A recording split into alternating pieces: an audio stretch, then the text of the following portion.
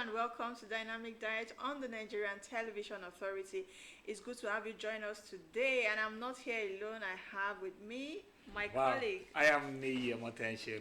Welcome you to this program today. What a so week been. Yeah, very well, very well. Let's wish our children happy Children's Day In advance. Yes. I think by Tuesday they'll be celebrating the Children's Day. The Children's Day.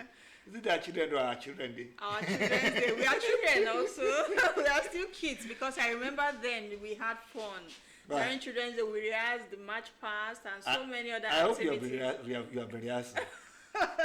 Because of that, I want to see you march. No problem. All right. Wherever you go. So as usual, we are here to do what we know how to do best, to make your screen colorful and enjoyable for the weekend. And we have lots of interesting package for you on our multifaceted program. From the safety and health tips, we'll be looking at 5 motorcycle safety tips. And also we'll be having... Our guest is already around on the weekly mirror segment. This morning we'll be looking at improving educational standard in Nigeria, the role of the primary education. You know, that is the basic of all education. Yes. So we're going to look at that, and we already have a guest that will be talking to us on that. He's an expert in that field. And also, you know, the entertainment segment, the Adeni is standing by with his funny and comic face. Preparing to come up after the weekly mirror segment to give us the entertainment gist and everything that we need to know in the entertainment world around. Yes. You know, and the not globe. Forgetting the sports segment, you get to see the highlights of matches that went down during the week. This and many more will come your way. All right, our first point of call is the safety and health tips. Let's go and see the 5 motorcycle tips for safety. Enjoy. 5 safety tips for your motorcycle. Number 1 is always kind of forgotten about, but you really need to look at it, is always checking your bike out before you go for a ride. So you need to make sure, A, that your bike is in proper working condition. I'm talking about inspecting the chain, especially inspecting the tires, guys. Those small contact patches that you have on your tires, if something goes wrong with that, you are fucked. So if you got a nail in your tire or something, or your tire's flat for whatever reason, you really need to make sure you find out before you get out on a ride, because if you're making a turn or something, that can compromise.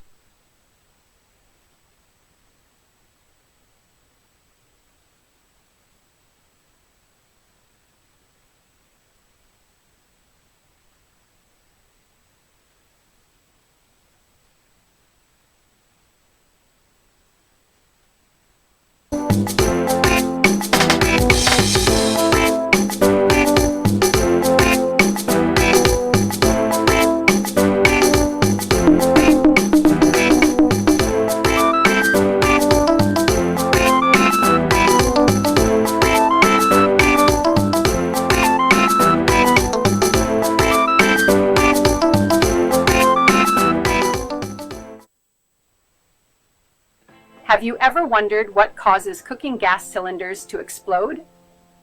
Cooking gas cylinder explosions can be devastating, causing injuries, fatalities, and property damage. In this video, we'll explore the common reasons behind these incidents and provide safety tips to prevent them. Let's start with the science behind gas cylinder explosions. Liquefied petroleum gas, or LPG, has specific properties that make it behave a certain way under pressure. When gas is stored in a cylinder, it exists in a liquid state, and when released, it turns into gas. This process can lead to combustion, and if not controlled, it can result in explosions. Now, let's discuss the common causes of gas cylinder explosions. Improper installation, maintenance, and handling of gas cylinders can lead to dangerous situations. Faulty regulators, hoses, and connections are also significant risks. Overfilling or underfilling gas cylinders can create pressure imbalances, and exposure to heat, sparks, or open flames can ignite gas leaks. Real-life examples show us how these mistakes can have serious consequences.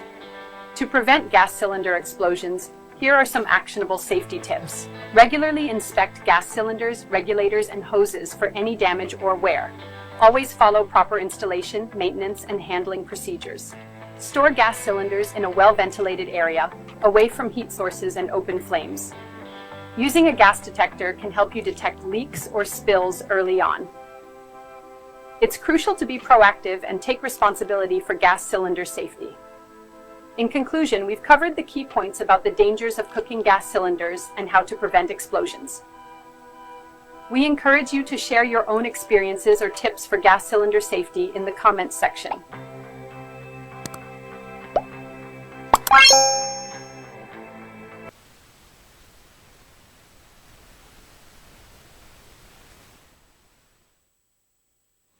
Thank you very much. It's nice having you with us on this program, Dynamic Diet, on the Nigerian Television Authority Channel Nta Akure Dynamic Station. Like we told you earlier, that we're going to have a special guest on our Weekly Mirror segment today. And that is where we are now, where we're going to talk about improving educational standard in Nigeria, the role of the primary education. You know, that is the level, that is the foundation of all education.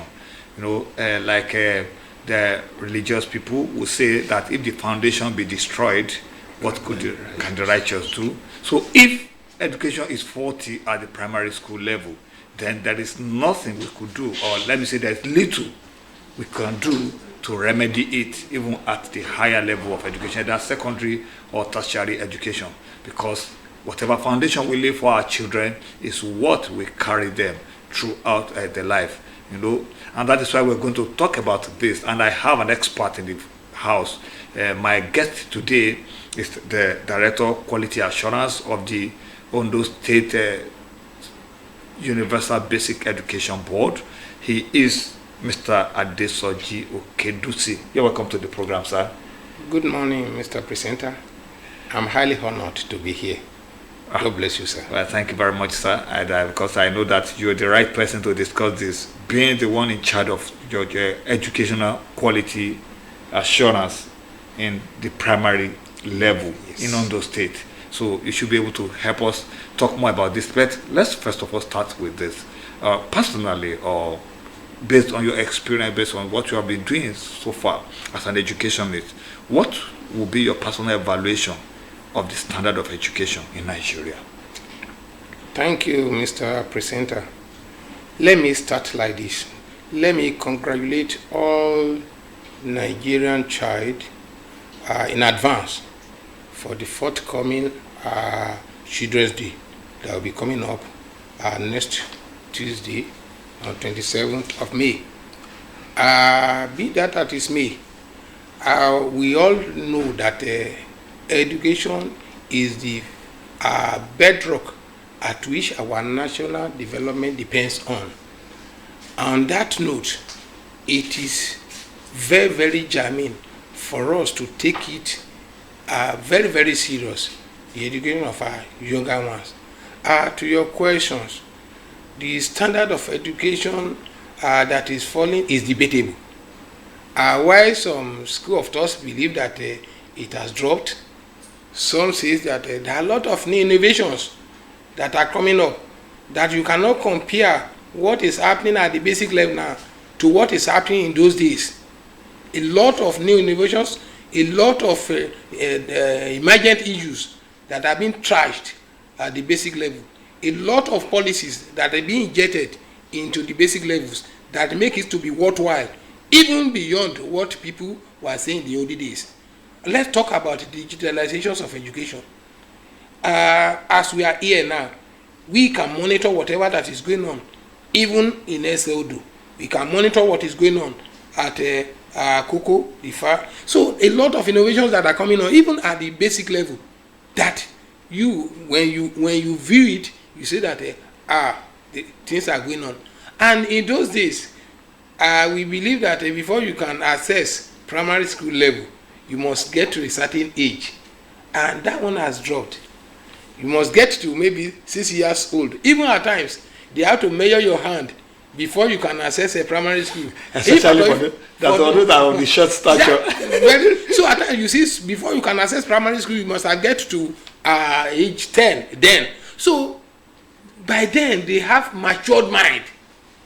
They will be serious more than a toddler that have been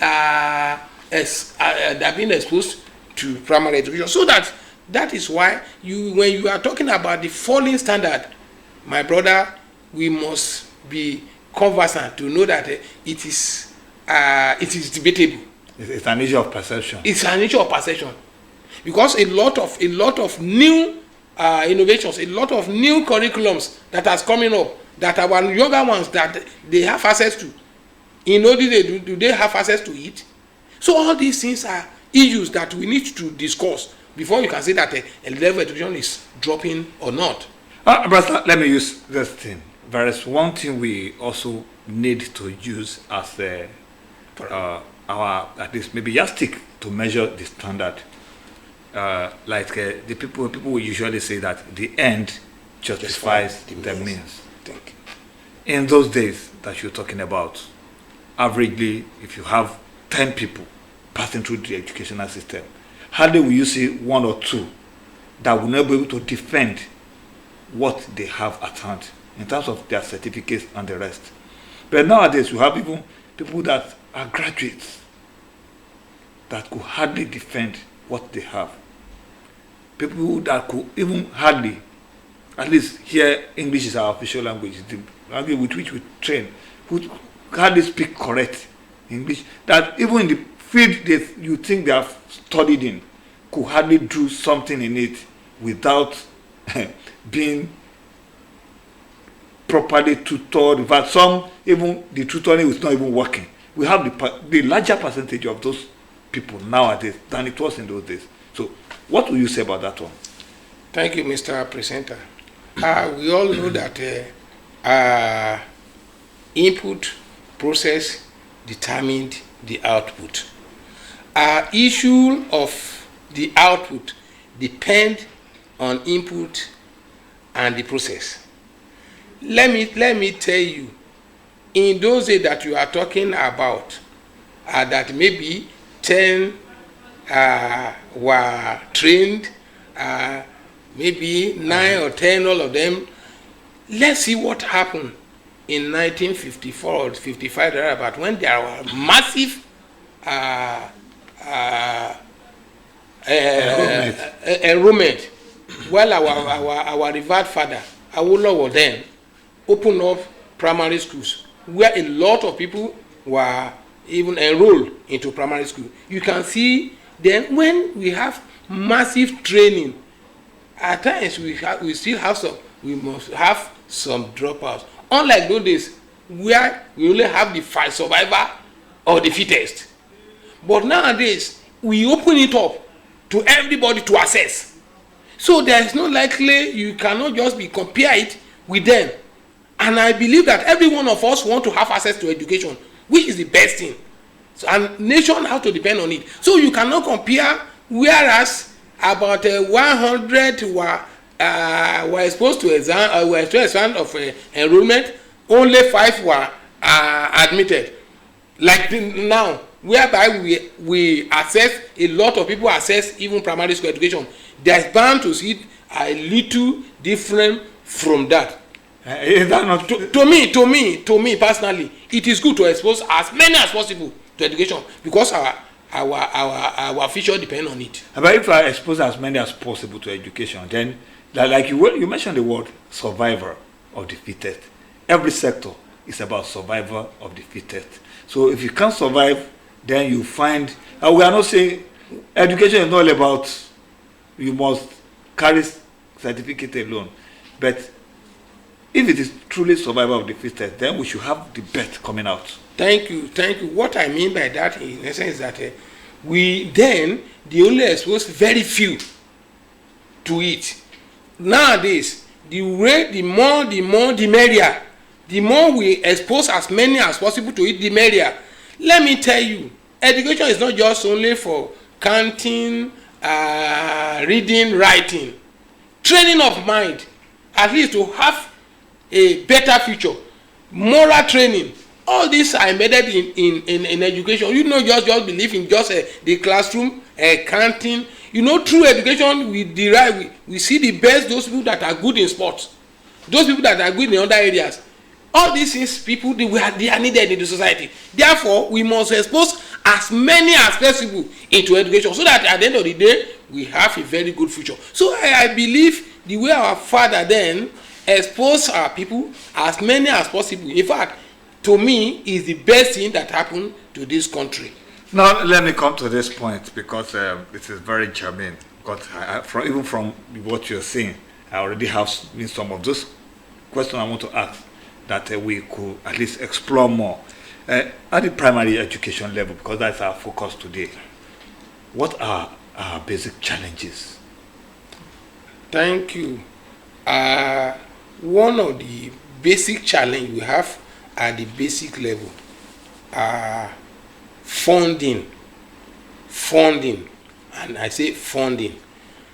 We all realize that education requires a lot of money, at least to have access to education, because you have to build infrastructure, a conducive environment, you have to train the teachers, you have to ensure that you have a very good environment for learners to learn. A lot of things need to be done with money, and when there little amount of money is being injected to it, you know, some of these areas that we won't have. Then also we have what I can call the community lackadaisical attitude towards government schools infrastructure.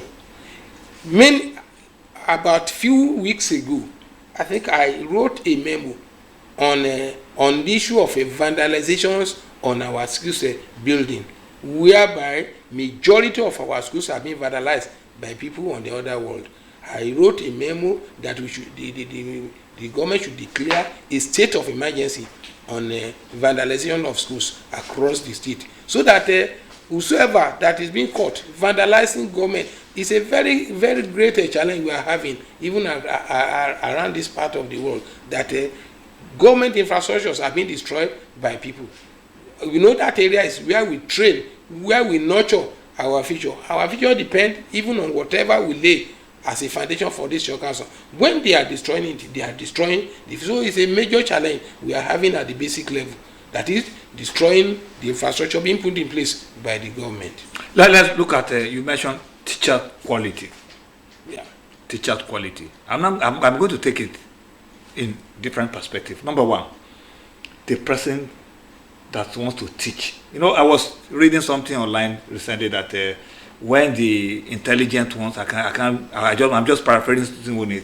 When the intelligent ones refuse to become teachers, then our children will be taught by the idiots, and then the future is already jeopardized.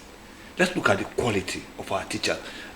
We are talking about both public and private schools now. Thank you. The quality of our teachers. Thank you, Mr. Speaker, Representative. This issue of quality of teachers, I'm not talking about certification. Let's leave certification out. I'm coming. Let's look at this way. The way what can I call the society norms, the society ways of looking down on teachers must change. The way we treat our teachers, we make them to perform more. When you motivate them, and people know that they are being well remunerated, they are being well satisfied, even in the course of their duty, people of higher mind will like to join. But when a teacher cannot even feed himself, when a teacher's stake home cannot take him home, people will be running away from people that want, the intellectual ones, the intelligent one will be running away from such profession. So we must look at this way, that teachers must be able to compete favorably with their counterparts that are working elsewhere. Until then, you continue to see those people that will be using it as a second chance. When I couldn't find a job in another area, that let me come to when I can't get admission, I can't get admission as a medical, let me just go for NC. And that brings me to this point also, as we're talking about NC, even admission process, sir. Let's look at this. We have the Unified Tertiary Matricular Examination. There you say 200 and above or 250 and above for university admission. 180 and above, I'm just using this as a hypothesis. 180 and above for polytechnic admission. Then 100 and above for NC. And those are the education people that really want to come and train our children. What will you say about this? So, some people might say we are encouraging people to go into education, but is that really an encouragement? Thank you. I think for late now, I believe a sort of equilibrium is being drawn to ensure that those people that are going into educations are being raised, especially the conditions necessary to have before going to admission into either NCE or any higher education qualifications. Why is it that? They now realize that coming out from, you have at least access to either one or two jobs, either as a private teacher or as a government employed teacher.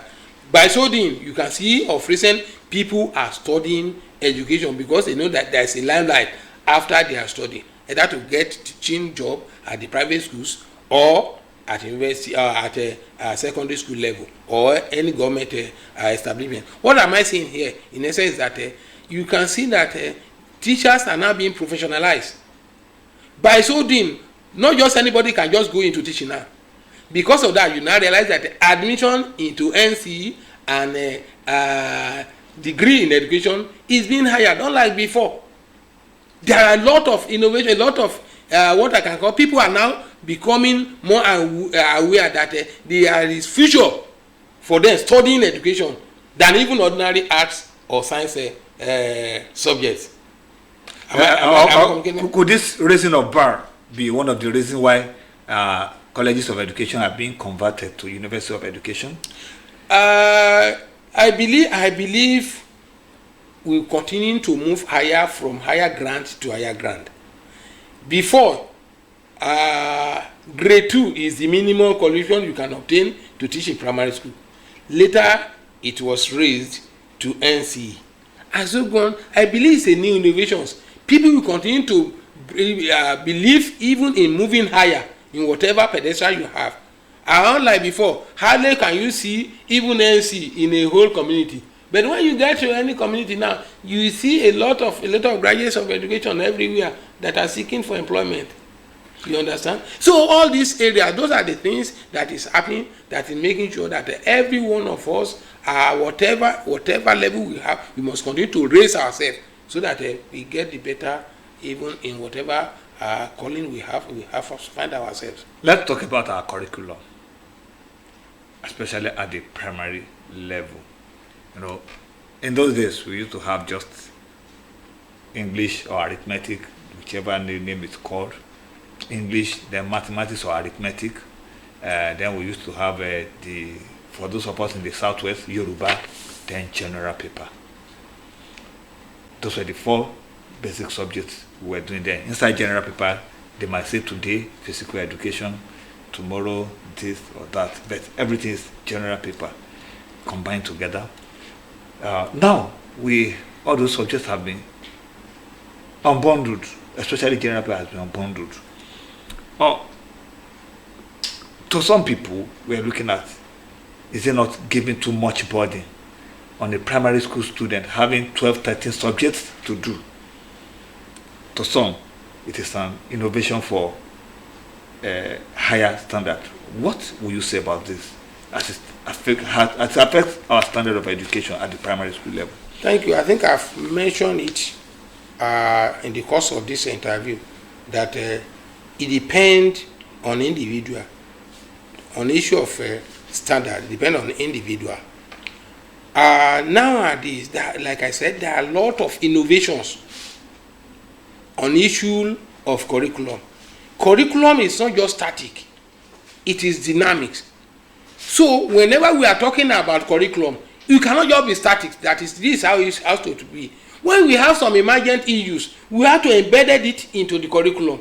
For example, there is nothing like COVID-19 in the olden days. But we have a lot to learn from it. They have to be injected. We are talking about HIV and AIDS. There's nothing like HIV and AIDS. But when all those emergent issues arise, they injected it into curriculum. So we now realize that a curriculum cannot be static.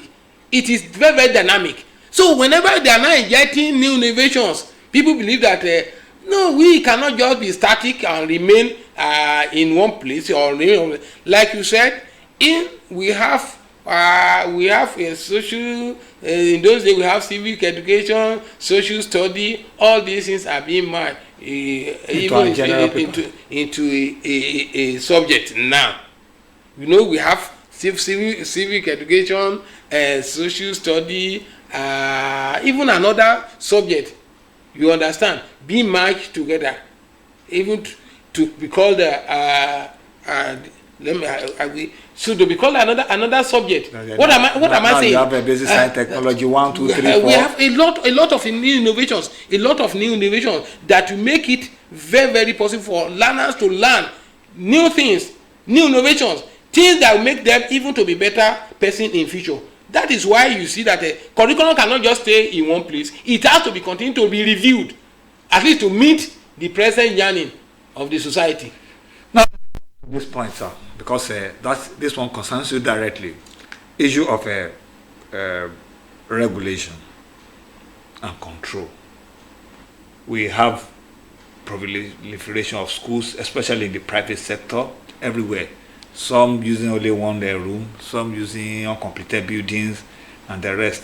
And because of our socio-economic environment, everyone will just have somebody that will patronize him or her. But what is the general impact on our educational system? And what is the regulatory body doing to ensure that we phase out all these mushroom schools around us? Thank you very much.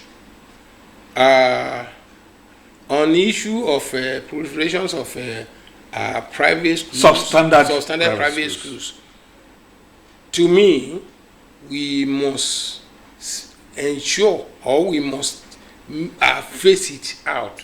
How do we face it out? It doesn't need for us to be fighting.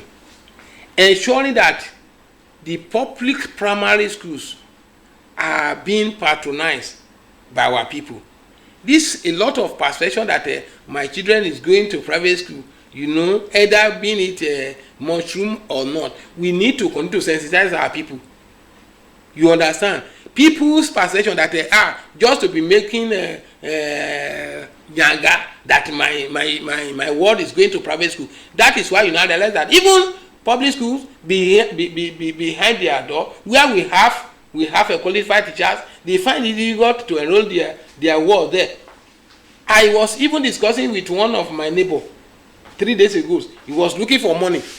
You have public school, you don't need to pay anything. You fail to enroll your child there, and now you are now searching for money to go and pay private school, where you get even the best, even for your children.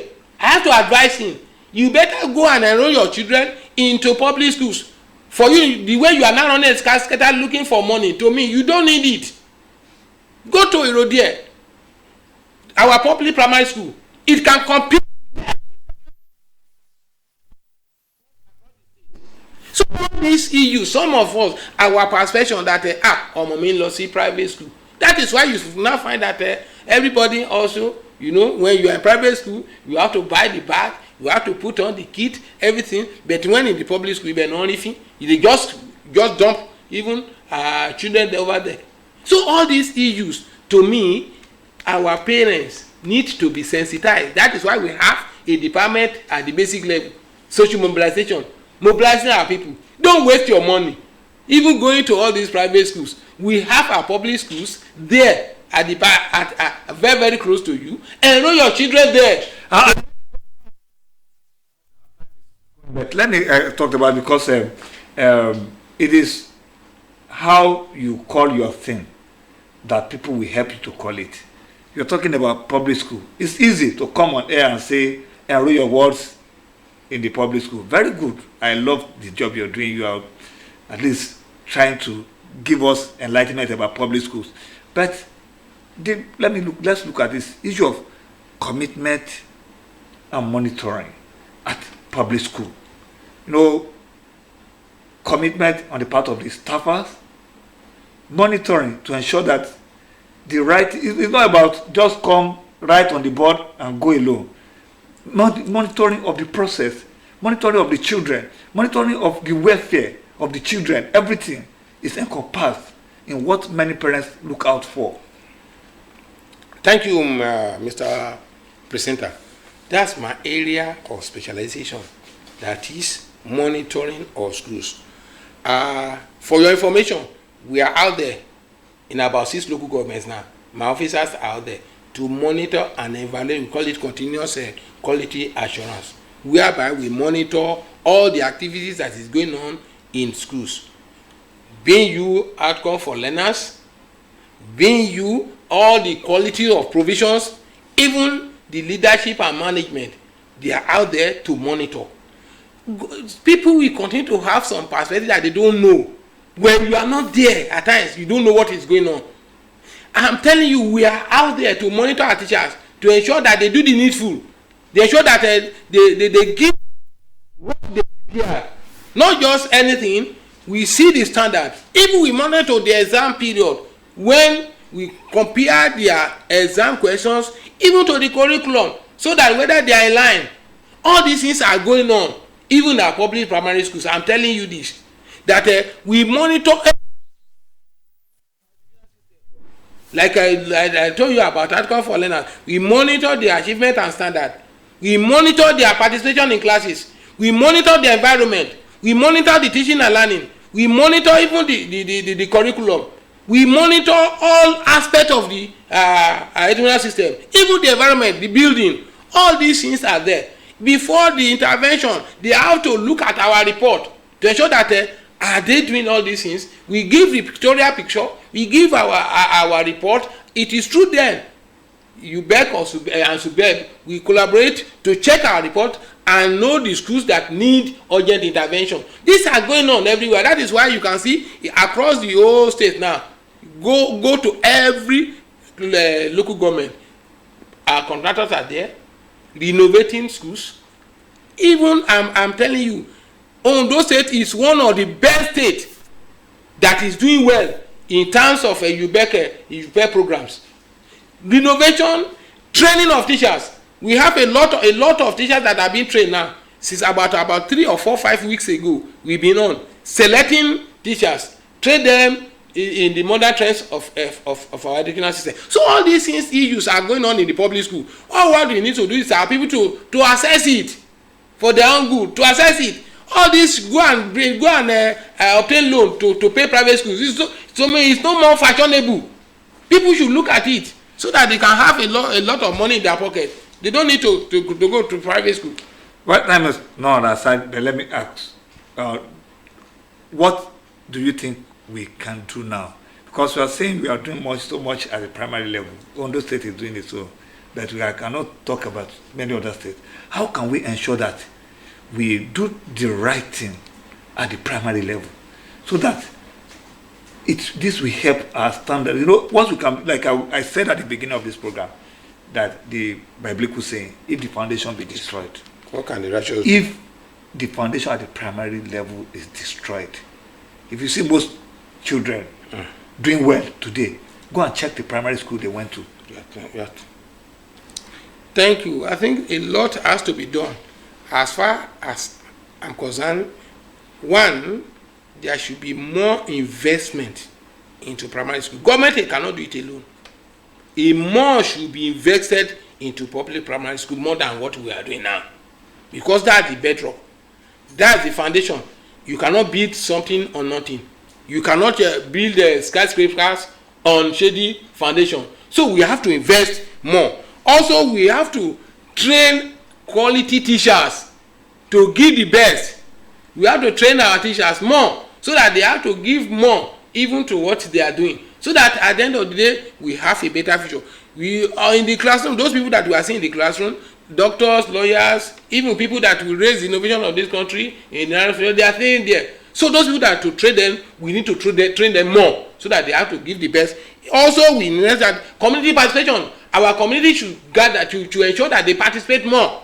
They should not leave these things even for government alone. They should continue to keep surveillance of the properties even in their locality to ensure that all these three intruders will not be able to even move in. Also, we must ensure that our private sector should collaborate with government to do more.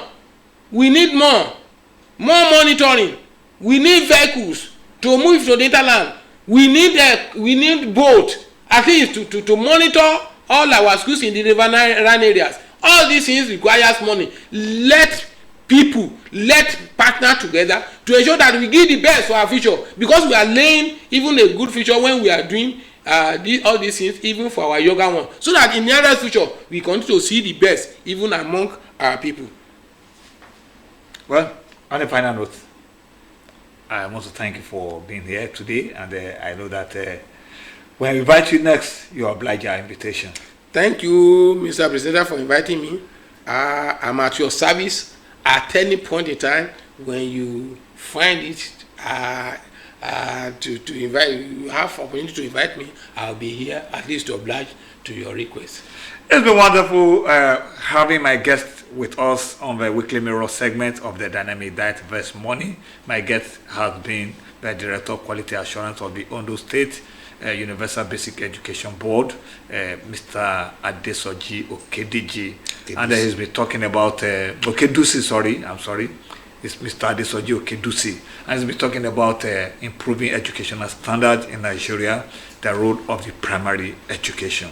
And we have had so many things that he has to tell us about it. The primary education is very key, and we all need to join hands together to ensure that we give our children the basic needed standard, so that they can carry this to whatever level they are going to. On that note, we're moving now to the entertainment segment, where Adeniyi is standing by to give us the latest in the world of entertainment. Please don't go away. Major currency unit is the Naira, while the minor unit is the Kobo.